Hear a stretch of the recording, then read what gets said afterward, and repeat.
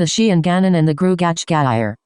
The Shee and Gannon was born in the morning, named at noon, and went in the evening to ask his daughter of the king of Érenn. I will give you my daughter in marriage, said the king of Érenn. You won't get her, though, unless you go and bring me back the tidings that I want, and tell me what it is that put a stop to the laughing of the Grugach Gaire. Who before this laughed always, and laughed so loud that the whole world beard him. There are 12 iron spikes out here in the garden behind my castle.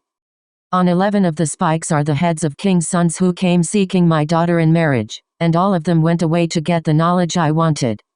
Not one was able to get it and tell me what stopped the Grugach Gaire from laughing. I took the heads off them all when they came back without the tidings for which they went, and I am greatly in dread that your head'll be on the 12th spike. For I'll do the same to you that I did to the 11 king's sons unless you tell what put a stop to the laughing of the Grugach. The Shee and Gannon made no answer, but left the king and pushed away to know could he find why the Grugach was silent. He took a glen at a step, a hill at a leap, and travelled all day till evening. Then he came to a house. The master of the house asked him what sort was he, and he said, "A young man looking for hire." "Well," said the master of the house, "I was going tomorrow to look for a man to mind my cows. If you'll work for me, you'll have a good place, the best food a man could have to eat in this world, and a soft bed to lie on." The Shee and Gannon took service, and ate his supper. Then the master of the house said, "I am the Grugach Gaire. Now that you are my man and have eaten your supper, you'll have a bed of silk to sleep on." Next morning after breakfast the Grugach said to the Shee and Gannon, "Go out now and loosen my 5 golden cows and my bull without horns and drive them to pasture. But when you have them out on the grass, be careful you don't let them go near the land of the giant." The new cowboy drove the cattle to pasture, and when near the land of the giant, he saw it was covered with woods and surrounded by a high wall. He went up, put his back against the wall, and threw in a great stretch of it. Then he went inside and threw out another great stretch of the wall, and put the 5 golden cows and the bull without horns on the land of the giant. Then he climbed a tree, ate the sweet apples himself, and threw the sour ones down to the cattle of the Grugach Gaire. Soon a great crashing was heard in the woods, the noise of young trees bending, and old trees breaking. The cowboy looked around, and saw a 5-headed giant pushing through the trees, and soon he was before him. "Poor miserable creature," said the giant, "but weren't you impudent to come to my land and trouble me in this way? You re too big for one bite, and too small for two. I don't know what to do but tear you to pieces." "You nasty brute," said the cowboy, coming down to him from the tree, "'Tis little I care for you." And then they went at each other. So great was the noise between them that there was nothing in the world but what was looking on and listening to the combat. They fought till late in the afternoon, when the giant was getting the upper hand. And then the cowboy thought that if the giant should kill him, his father and mother would never find him or set eyes on him again, and he would never get the daughter of the king of Érenn. The heart in his body grew strong at this thought. He sprang on the giant, and with the first squeeze and thrust he put him to his knees in the hard ground, with the second thrust to his waist, and with the third to his shoulders. "I have you at last, you re done for now," said the cowboy. Then he took out his knife, cut the 5 heads off the giant, and when he had them off he cut out the tongues and threw the heads over the wall. Then he put the tongues in his pocket and drove home the cattle. That evening the Grugach couldn't find vessels enough in all his place to hold the milk of the 5 golden cows. After supper the cowboy would give no talk to his master, but kept his mind to himself, and went to the bed of silk to sleep. Next morning after breakfast the cowboy drove out his cattle, and going on farther than the day before, stopped at a high wall. He put his back to the wall, threw in a long stretch of it, then went in and threw out another long stretch of it. After that he put the 5 golden cows and the bull without horns on the land, and going up on a tree, ate sweet apples himself, and threw down the sour ones to the cattle. Now the son of the king of Tizian set out from the king of Érenn on the same errand, after asking for his daughter. And as soon as the cowboy drove in his cattle on the 2nd day, he came along by the giant's land, found the 5 heads of the giant thrown out by the cowboy the day before, and picking them up, ran off to the king of Érenn and put them down before him. "Oh, you have done good work," said the king. "You have won 1/3 of my daughter." Soon after the cowboy had begun to eat sweet apples, and the son of the king of Tizian had run off with the 5 heads. there came a great noise of young trees bending, and old trees breaking. And presently the cowboy saw a giant larger than the one he had killed the day before. "You miserable little wretch," cried the giant, "what brings you here on my land?"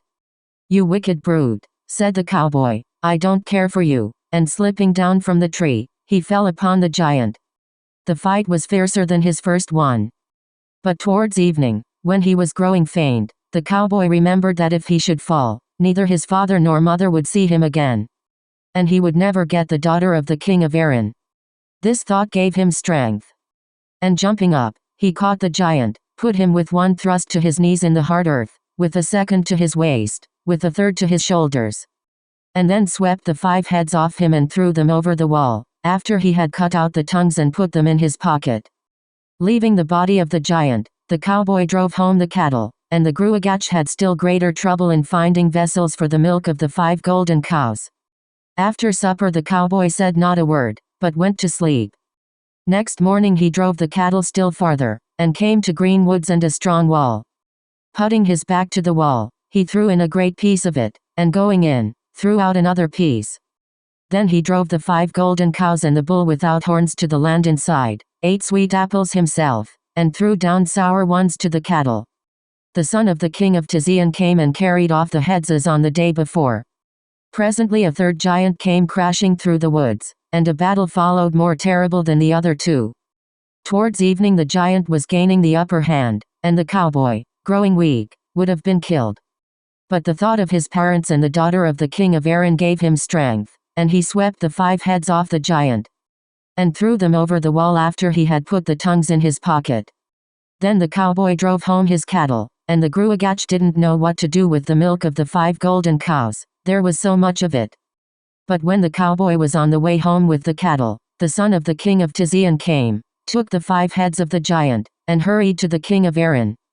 "You have won my daughter now," said the king of Érenn when he saw the heads, "but you'll not get her unless you tell me what stops the Grugach Gaire from laughing." On the 4th morning the cowboy rose before his master, and the first words he said to the Grugach were, "What keeps you from laughing, you who used to laugh so loud that the whole world heard you?" "I'm sorry," said the Grugach, "that the daughter of the king of Érenn sent you here." "If you don't tell me of your own will, I'll make you tell me," said the cowboy, and he put a face on himself that was terrible to look at, and running through the house like a madman. Could find nothing that would give pain enough to the Grugach but some ropes made of untanned sheepskin hanging on the wall.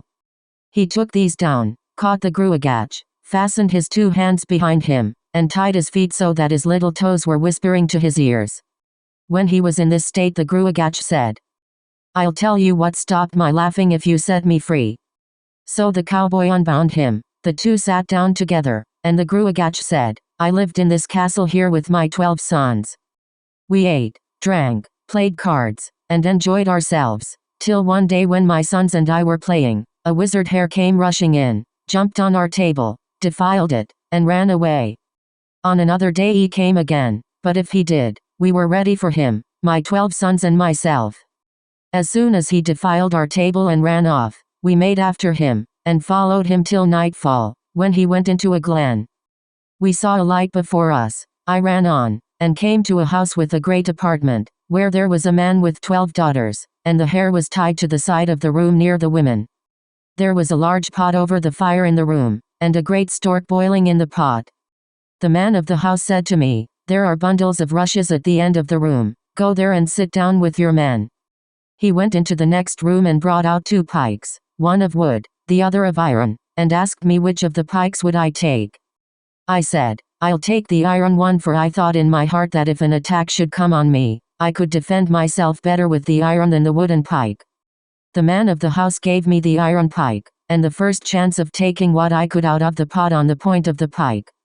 I got but a small piece or the stork, and the man of the house took all the rest on his wooden pike. We had to fast that night, and when the man and his 12 daughters ate the flesh of the stork, they hurled the bare bones in the faces of my sons and myself. We had to stop all night that way, beaten on the faces by the bones of the stork. Next morning, when we were going away, the man of the house asked me to stay a while, and going into the next room, he brought out 12 loops of iron and one of wood, and said to me, Put the heads of your 12 sons into the iron loops, or your own head into the wooden one. And El said, I'll put the 12 heads of my sons in the iron loops, and keep my own out of the wooden one. He put the iron loops on the necks of my 12 sons, and put the wooden one on his own neck. Then he snapped the loops one after another, till he took the heads off my 12 sons and threw the heads and bodies out of the house, but he did nothing to hurt his own neck. When he had killed my sons, he took hold of me and stripped the skin and flesh from the small of my back down. And when he had done that, he took the skin of a black sheep that had been hanging on the wall for 7 years and clapped it on my body in place of my own flesh and skin. And the sheepskin grew on me, and every year since then I shear myself, and every bit of wool I use for the stockings that I wear I clip off my own back. When he had said this, the Grugach showed the cowboy his back covered with thick black wool. After what he had seen and heard, the cowboy said, I know now why you don't laugh, and small blame to you. But does that hare come here still to spoil your table? He does indeed, said the Grugach. Both went to the table to play, and they were not long playing cards when the hare ran in. And before they could stop him he was on the table, and had put it in such a state that they could not play on it longer if they had wanted to. But the cowboy made after the hare, and the Grugach after the cowboy, and they ran as fast as ever their legs could carry them till nightfall.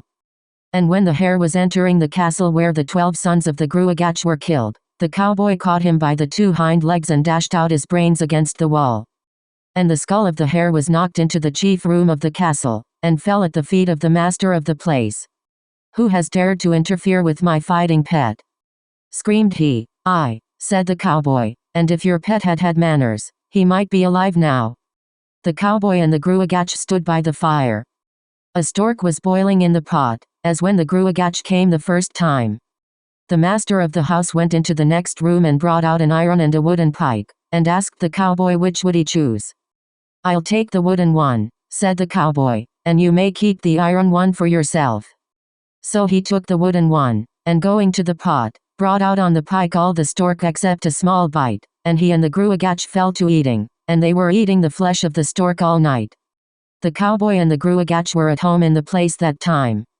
In the morning the master of the house went into the next room, took down the 12 iron loops with the wooden one, brought them out, and asked the cowboy which would he take. The 12 iron or the 1 wooden loop? What could I do with the 12 iron ones for myself or my master? I'll take the wooden one. He put it on, and taking the 12 iron loops, put them on the necks of the 12 daughters of the house, then snapped the 12 heads off them, and turning to their father, said, I'll do the same thing to you unless you bring the 12 sons of my master to life, and make them as well and strong as when you took their heads. The master of the house went out and brought the 12 to life again. And when the Grugach saw all his sons alive and as well as ever, he let a laugh out of himself, and all the eastern world heard the laugh. Then the cowboy said to the Grugach, It's a bad thing you have done to me, for the daughter of the king of Érenn will be married the day after your laugh is heard. Oh, then we must be there in time, said the Grugach, and they all made away from the place as fast as ever they could, the cowboy, the Grugach, and his 12 sons. On the road they came to a woman who was crying very hard. What is your trouble? Asked the cowboy. You need have no care, said she, for I will not tell you. You must tell me, said he, for I'll help you out of it. Well, said the woman, I have 3 sons, and they used to play hurley with the 3 sons of the king of the Sassenach, and they were more than a match for the king's sons. And it was the rule that the winning side should give 3 wallops of their hurleys to the other side. And my sons were winning every game, and gave such a beating to the king's sons that they complained to their father, and the king carried away my sons to London. And he is going to hang them there today. I'll bring them here this minute, said the cowboy. You have no time, said the Grugach. Have you tobacco and a pipe? Asked the cowboy of the Grugach. I have not, said he. Well, I have, said the cowboy, and putting his hand in his pocket, he took out tobacco and a pipe, gave them to the Grugach, and said, I'll be in London and back before you can put tobacco in this pipe and light it. He disappeared, was back from London with the 3 boys all safe and well, and gave them to their mother before the Grugach could get a taste of smoke out of the pipe. Now come with us, said the cowboy to the woman and her sons, to the wedding of the daughter of the king of Érenn. They hurried on, and when within 3 miles of the king's castle there was such a throng of people that no one could go a step ahead. "We must clear a road through this," said the cowboy. "We must indeed," said the Grugach, and at it they went, through the people, some on one side and some on the other, and soon they had an opening for themselves to the king's castle. As they went in, the daughter of the king of Érenn and the son of the king of Tizian were on their knees just going to be married. The cowboy drew his hand on the bridegroom, and gave a blow that sent him spinning till he stopped under a table at the other side of the room. "What scoundrel struck that blow?" asked the king of Érenn. "It was I," said the cowboy. "What reason had you to strike the man who won my daughter?" "It was I who won your daughter, not he, and if you don't believe me, the Grugach Gaire is here himself. He'll tell you the whole story from beginning to end, and show you the tongues of the giants." So the Grugach came up and told the king the whole story, how the Shee and Gannon had become his cowboy, had guarded the 5 golden cows and the bull without horns, cut off the heads of the 5-headed giants, killed the wizard hare, and brought his own 12 sons to life. "And then," said the Grugach, "he is the only man in the whole world I have ever told why I stopped laughing, and the only one who has ever seen my fleece of wool." When the king of Érenn heard what the Grugach said, and saw the tongues of the giants fitted into the heads, he made the Shee and Gannon kneel down by his daughter, and they were married on the spot. Then the son of the king of Tizian was thrown into prison, and the next day they put down a great fire, and the deceiver was burned to ashes. The wedding lasted 9 days, and the last day was better than the first.